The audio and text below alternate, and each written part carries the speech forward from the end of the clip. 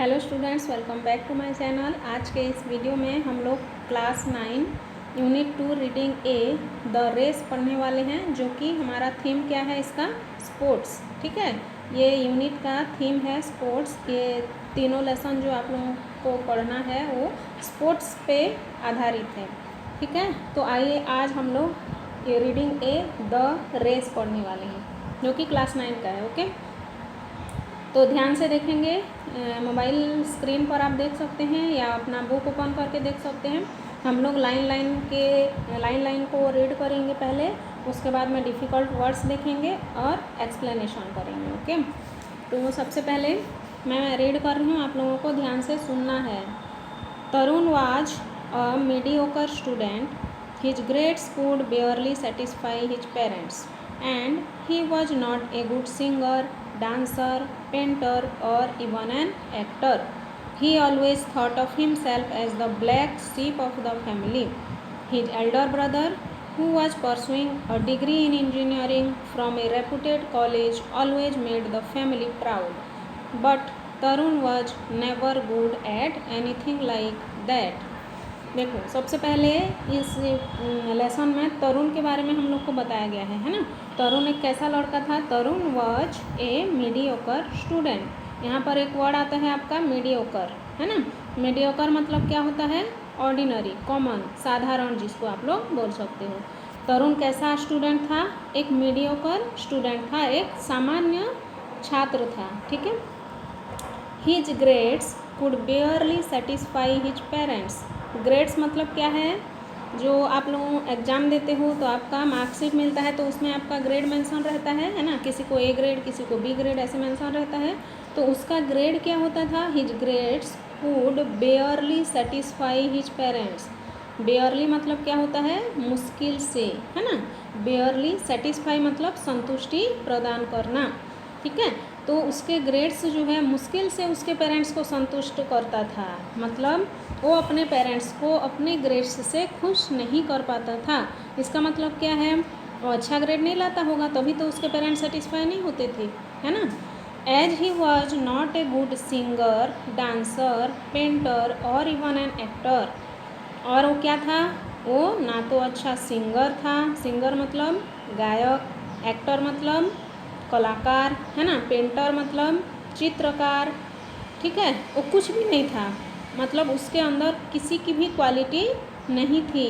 ना तो एक अच्छा स्टूडेंट था, ना तो एक अच्छा पेंटर था, ना तो एक अच्छा सिंगर था, है ना।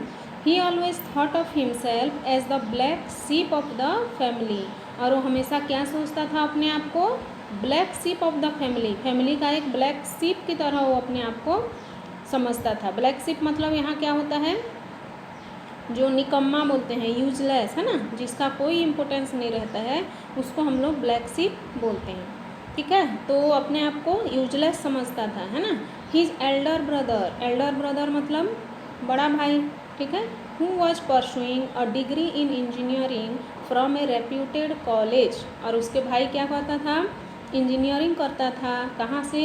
Reputed college. रेप्यूटेड मतलब प्रसिद्ध, जाना माना। ठीक है, जाना माना कॉलेज से वो अपना इंजीनियरिंग करता था। और ऑब्वियस बात है, एक भाई क्या है? मीडियोकर है, और एक भाई क्या है? इंजीनियरिंग है। ठीक है, इंजीनियर कर रहा है। तो बेसिकली पेरेंट्स का ज़्यादा फोकस कहाँ रहेगा? इंजीनियरिंग जो कर रहा है उसको अच्छे बोलेंगे सब लोग, है ना। जो अच्छा पढ़ता है बेसिकली उसको अच्छा बोला जाता है। ठीक है, तो वैसे ही उसके भाई के लिए उसके फैमिली वालों, उसके माता पिता को प्राउड फील होता था, गर्व महसूस करते थे कि हाँ भाई, हमारा बेटा एक अच्छे कॉलेज में इंजीनियरिंग कर रहा है। ठीक है, लेकिन तरुण क्या था? ब्लैक शिप जैसे था। ठीक है, but Tarun was never good at anything like that. और तरुण कभी भी ऐसा अच्छा काम नहीं करता था जैसा कि उसका भाई करता था। ठीक है, तो यहाँ तक समझ आ गया आपको। नेक्स्ट पैराग्राफ मूव करते हैं। However, he was blessed with the strength of a great athlete. He was an excellent runner. However, he was blessed. लेकिन क्या है? उसे एक महान खिलाड़ी वाली शक्ति का आशीर्वाद था। ठीक है, He was an excellent runner. वो एक कैसा था?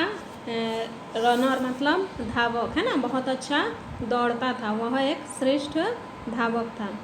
He would run for hours B it day और नाइट, वह घंटों तक दौड़ सकता था। He would run for hours, ठीक है, घंटों तक वो दौड़ता था, चाहे वो दिन हो चाहे वो रात, ठीक है। Whenever he felt sad and lonely, he exhausted himself by running, thus releasing all his pent-up emotions. Pent-up emotion मतलब यहाँ पर क्या होता है, दबी हुई भावनाएं, ठीक है। Whenever he felt, जब भी वो फील यानी कि महसूस करता था, क्या महसूस करता था, सैड एंड लॉनली, सैड मतलब दुखी, लॉनली मतलब अकेलापन। जब उसको दुखी महसूस होता था या जब वो अपना अकेलापन महसूस करता था तो वह अपने आप को दौड़ दौड़ कर थका देता था, ठीक है। कभी कभी देखो कोई गुस्सा होते हैं तो तोड़ फोड़ करते हैं, कोई गुस्सा होते हैं तो रोते हैं, है ना। ऐसे उसको जब गुस्सा आता था, उसको जब लॉनली फील होता था, अकेलापन महसूस होता था, तो वो अपना दबी हुई भावना को कैसे रिलीज करता था, वो दौड़ दौड़ के, ठीक है। At times he would miss his school bus and would then run to school which was 5 miles away from his home. और कभी कभी क्या होता था, जब वो अपना स्कूल बस मिस कर देता था, छूट जाता था उसका बस, तो क्या होता था, वो दौड़ दौड़ के अपना स्कूल पहुंच जाता था, ठीक है, जो कि उसके घर से 5 मील दूर था। सोचो 5 मील दूर तक भी वो अपना दौड़ लेता था, ठीक है। He just had one dream to become the fastest runner in the world. और उसका एक सपना था, ठीक है, क्या सपना था उसका, दुनिया में वो सबसे तेज धावक बनेगा। Tarun did not know how to achieve his dream, लेकिन उसको ये नहीं पता था कि उसका सपना कैसे साकार होगा, ठीक है। On one hand his parents hated his running and wanted him to concentrate more on his studies which he never did. और एक तरफ क्या होता था, उसके माता पिता उसके दौड़ने पर नफरत करते थे, उनको अच्छा नहीं लगता था उसका दौड़ना, है ना। और वो क्या चाहते थे, अपना अधिक ध्यान तरुण कैसे अपना पढ़ाई में एकाग्रचित करे, वो अपना मतलब वो पेरेंट्स चाहते थे, है ना। पेरेंट्स क्या चाहेंगे, तरुण जो है अच्छे से पढ़ाई करे, अच्छे कॉलेज में उसका एडमिशन हो जाए, अच्छे से नौकरी पाए, ठीक है। लेकिन तरुण उसमें अच्छा नहीं था, पढ़ाई में उसका मन तो कहाँ था, दौड़ने में था, है ना। और उसका सपना क्या था कि वो एक दिन एक तेज धावक, श्रेष्ठ धावक बनेगा, ठीक है। On the other hand he belonged to a middle class family. दूसरी तरफ देखो, एक तरफ उसके माता पिता का मतलब मन नहीं था, है ना, दूसरी तरफ क्या है, वो एक मध्यम श्रेणी परिवार से बिलोंग करता था, ठीक है। And Tarun knew that to achieve his dream he needed an intensive training, the amount which was well beyond his family's reach. और देखो उसका सपना जो श्रेष्ठ धावक बनना था, उसको साकार करने के लिए उसे प्रशिक्षण की ज़रूरत होगी। इंटेंस ट्रेनिंग मतलब गहन प्रशिक्षण, है ना, गहन प्रशिक्षण की आवश्यकता थी। और ये जो पेमेंट लगता है ना उसके लिए, अमाउंट, ठीक है, एक राशि जो लगती है जो कि उसके परिवार की पहुंच से बाहर थी, है ना। Which was well beyond his families reach, reach मतलब पहुंच, ठीक है, मतलब उसके परिवार इतने लायक नहीं थे, इतने मतलब उनका फाइनेंशियल जो कंडीशन था उतना स्ट्रांग नहीं था कि उसके माता पिता उसको अच्छे से ट्रेनिंग दे पाए जिससे कि वो अपना सपना जो है वो साकार कर पाए, ठीक है। Next, when Tarun failed in his terminal examination, his father was very angry with him. His friends too made fun of him. अब एक दिन क्या होता है, जब तरुण अपने टर्मिनल एग्जामिनेशन यानी कि अंतिम परीक्षा में फेल हो जाता है, अनुत्तीर्ण हो जाता है, पास नहीं हो पाता है, तो उसके पिता क्या हो गए, उसके पिता उस पर बहुत क्रोधित होते हैं, बहुत गुस्सा करते हैं उस पर, है ना। और उनके मित्र भी उसका मजाक उड़ाने लगते हैं।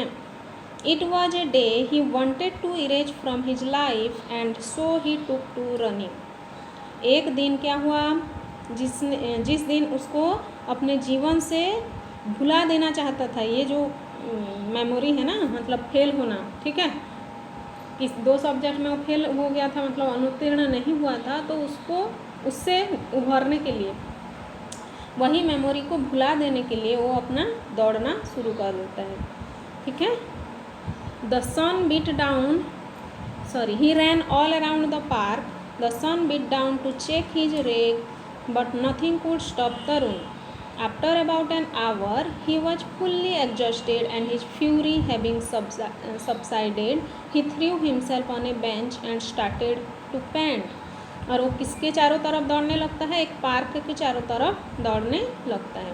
और वो इतना तेज़ दौड़ता है, उसके तेज को कम करने का प्रयास कौन करते हैं? सन, यानी कि चिलचिलाती धूप में भी वो अपना दौड़ना बंद नहीं करता है। ठीक है। चिलचिलाती धूप भी उसको रोक नहीं सकता है। नथिंग कुड स्टॉप तरुण, कोई भी उसको रोक नहीं पाए।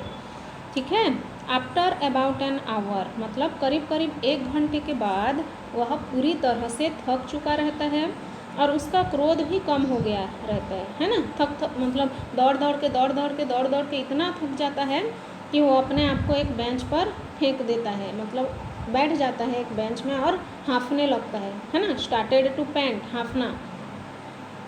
सडनली ही heard a voice, what is it son. अचानक वो एक आवाज़ सुनता है और क्या बोलता है? यह क्या है बेटा? कोई बोल रहा है ना। Tarun looked to his left and there sat a man of about 60। Tarun अपने बाएं की ओर देखता है तो वहाँ पर एक आदमी बैठे हुए थे जो कि करीब 60 साल के थे। एक व्यक्ति को वो पाता है। ठीक है। I failed in 2 subject, Tarun replied in A depressed manner. मैं 2 विषय में अनुत्तीर्ण हो गया, तरुण निराशापूर्ण आवाज़ में उत्तर देता है। डिप्रेस्ड टोन मतलब निराशापूर्ण आवाज़। ठीक है। The man smiled sympathetically and said, life is full of ups and downs boy. By the way, I am Ram Narayan, you are one of the best runners I have ever seen. जब तरुण बोलता है I have failed in 2 subject, तो व्यक्ति सहानुभूतिपूर्ण मुस्कुराते हैं और बोलते हैं, बेटा ये जो जीवन है, ये जो लाइफ है हमारा, ये अप्स एंड डाउन से भरा हुआ है। अप्स एंड डाउन्स मतलब उतार चढ़ाव, फेल्योर एंड सक्सेस, है ना। कोई भी ऐसा आदमी नहीं है जो कि ज़िंदगी में हमेशा सक्सेस ही होगा और कोई भी ऐसा आदमी नहीं है जो कि ज़िंदगी में हमेशा फेल्योर ही होगा, फेल ही होगा। ऐसा नहीं होता है ना। हर किसी की ज़िंदगी उतार चढ़ाव से भरा हुआ होता है मेरे बच्चे, ऐसे करके वो बताते हैं। वैसे मैं राम नारायण हूँ और तुम एक श्रेष्ठ रनर, है ना, एक बेस्ट रनर बन सकते हो, ये मैंने तुम्हारे अंदर देखा। आई हैव एवर सीन। ठीक है। वो बोलते हैं अपने आप को कि मैं राम नारायण हूँ और मैं तुमको एक अच्छे धावक बनने का जो अंदर जोश है वो तुम्हारे अंदर है। राम नारायण,